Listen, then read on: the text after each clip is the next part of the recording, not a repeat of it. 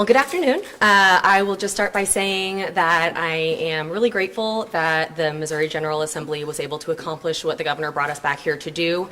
I'm really especially grateful that the focus this special session was on relief money for St. Louis, as we heard from some incredibly powerful testimony, not only in hearings this week, but from our own members today on the floor who've been experiencing this day in and day out since the tornado hit St. Louis.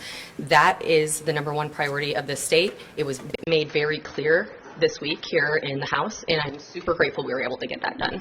That said, I'm also really grateful personally. I don't speak on behalf of my entire caucus here, but I'm really glad that we were able to put together a package that incentivizes the Chiefs and the Royals to stay in our state, and I'm happy to take questions.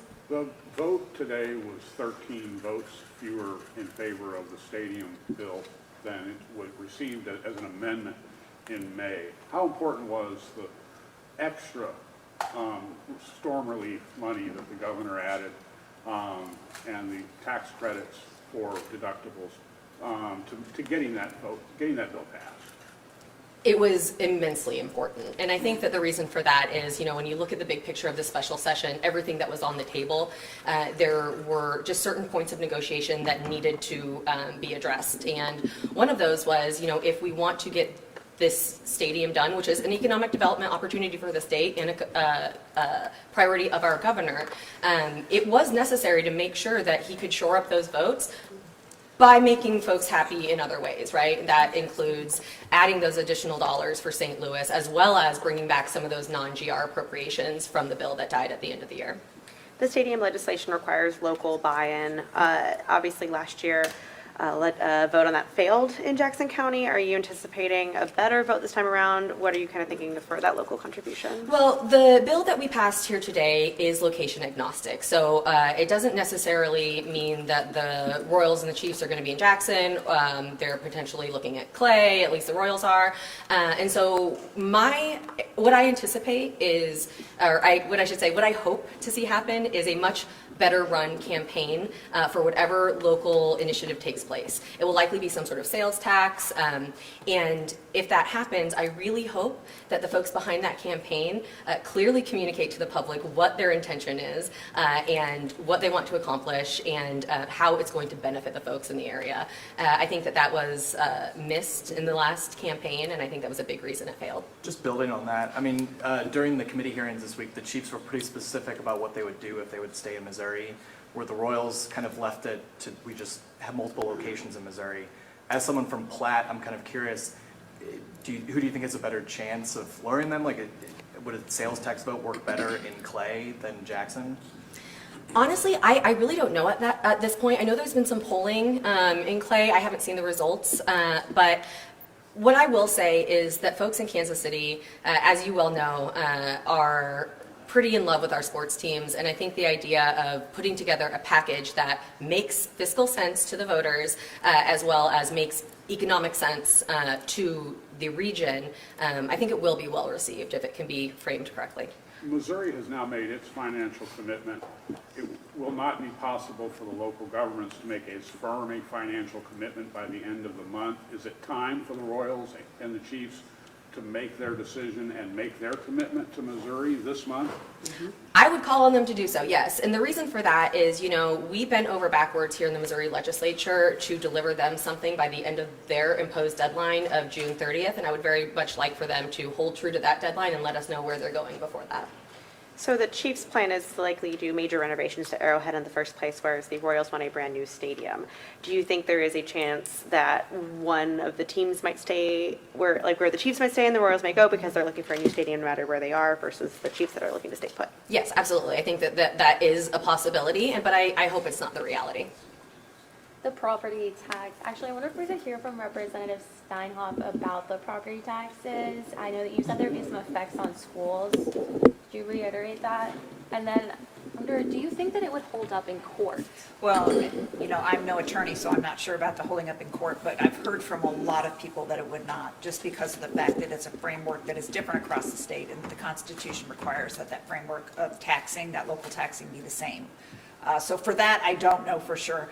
honestly, in my vote today, I'm banking on the fact that it will not hold up in court. That's what I'm hopeful, because some of the remarks on the floor that I made are the fact that we might have looked at that bill. I know when I looked at the bill, I looked for my county. I saw they were opted out, so I felt safe. I felt like my school district was safe. My fire department, my police, my actual municipalities were safe. However, when I started to think about it further, particularly when it comes to schools, when we are underfunding one community, what happens in Missouri is we use other taxpayers' money in order to hold that up. And I gave several examples to how our foundation formula may seem somewhat fair, at least it's designed to be equitable. I know it does have some problems, but we have a lot of Band-Aids that go with school funding on top of that. Small schools grant, teacher baseline salary grant, the hold harmless.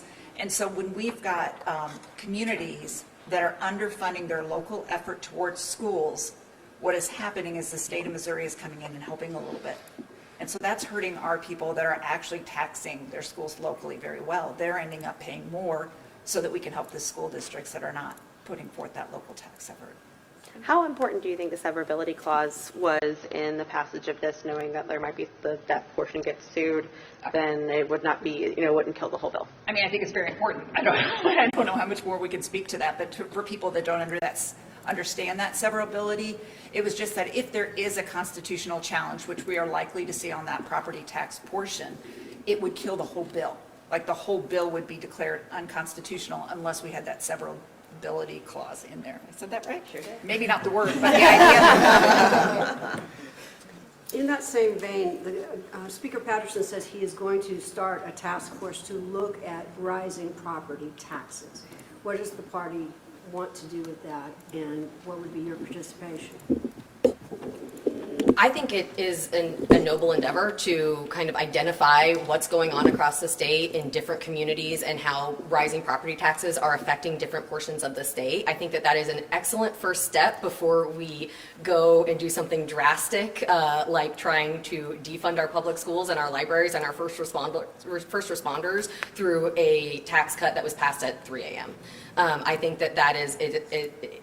I think that portion of this bill was incredibly ill-conceived, and I really do believe that the more data we have, the better policy we can create from that. I have a question for Representative Fogle. So for the appropriations bill, obviously it did not include all the projects for House Bill 19 that was not passed. Speaker Patterson maybe mentioned the interest in either a supplemental, trying to get that done. Like, do you anticipate some of those projects maybe getting funded earlier than normal, waiting for regular budget process? I would hope so, and of course House Democrats would be in support of funding all of the components of House Bill 19. We've been supportive of that every step of the way. I think our frustration has not been kept secret. That is the first time I've heard that there's any interest from the majority to fund that in the supplemental. What I will say is, it's very frustrating to play a small role in crafting a large budget that the majority chooses to arbitrarily cut funds and say they're reducing the size of the budget with every intention of just coming back and passing it in the supplemental so they can campaign on the fact that they passed a smaller budget. I think we will be excited and ecstatic to fund those vetted projects in House Bill 19 if we're given the opportunity to do so. But again, we should have done that when we had the opportunity the first time. Are you concerned that you're going to have to come back before veto session after Congress passes the federal budget? Yes. There's a lot of uncertainty at the federal level that would leave drastic impacts on our communities back home, and the state will have to figure out if it is our role to step in and fund some of those projects. And I know myself and my colleagues would be interested in those conversations. I don't know how the majority feels and how quickly or how closely they will align themselves with President Trump. For a representative from St. Louis, maybe you, ma'am, what does the $100 million mean in additional funding for St. Louis as far as storm recovery? It means a lot. It really does. The 100, when it went from 25 to 100, we do need a little more, but people can start, have a brand new start in the, on recovery. And that's the majority what's going on. We do need that. If I could add real quick. Yeah, if anyone else. I just want to say, yesterday during the hearing, Mayor Spencer and her team did a fantastic job of answering the budget team's questions and laying out exactly how they intend on using these funds, not only in a fiscally responsible manner, but in a manner that triages the needs of their community. I've been incredibly proud of the work that I've seen between the legislature and the mayor's office and the governor's office. I think it's been very promising, and I think that building a good relationship between Jefferson City and St. Louis is good for our state, and I look forward to continuing that. Kind of keying off of that, she talked about resetting the relationship. And even hearing some of the conversation today on the floor about Representative Christ and you know, certainly his role in 795, but then being a 795 or 495? Sorry. But being a help in the aftermath. Talk a little bit about why that relationship needs to be reset. You know, I'm probably the wrong person to talk about, you know, specifically the relationship between the historic relationship between the legislature and St. Louis. I'd be happy to step aside and let a St. Louis rep take that. But I will first just say that when we see something like the tornado that hit, you know, we heard several people on the floor today talk about if this were to happen in any community across the state, we would all show up and show out for one another. One thing that I think is often lost in this building is that, yes, we come here to represent not only our constituents, but our parties oftentimes, right? Those of us who get elected, we have an R next to our name or a D next to our name. And one thing that gets lost, especially, no offense, but in the media, is just that it's not all infighting. It's not all us yelling at each other. We contain multitudes, legislators contain multitudes, and we have the capacity to disagree without being disagreeable. And I think that that's what we showed today. We showed not only with Representative Christ carrying this bill and what he's done in the community, but what we've heard from our St. Louis reps, from our Democrats who said, we showed up and they showed up and we're so grateful for it. And if this happened in your county, we'd be showing up there too. That's what this body should be doing. And I'm very grateful that it's something that we're doing to really model what that looks like for the rest of the state. Because bipartisanship is not dead in Missouri, even with a supermajority in place. And I think Missourians need to hear that. And they deserve to know that when push comes to shove, we're going to show up for each other and for our communities.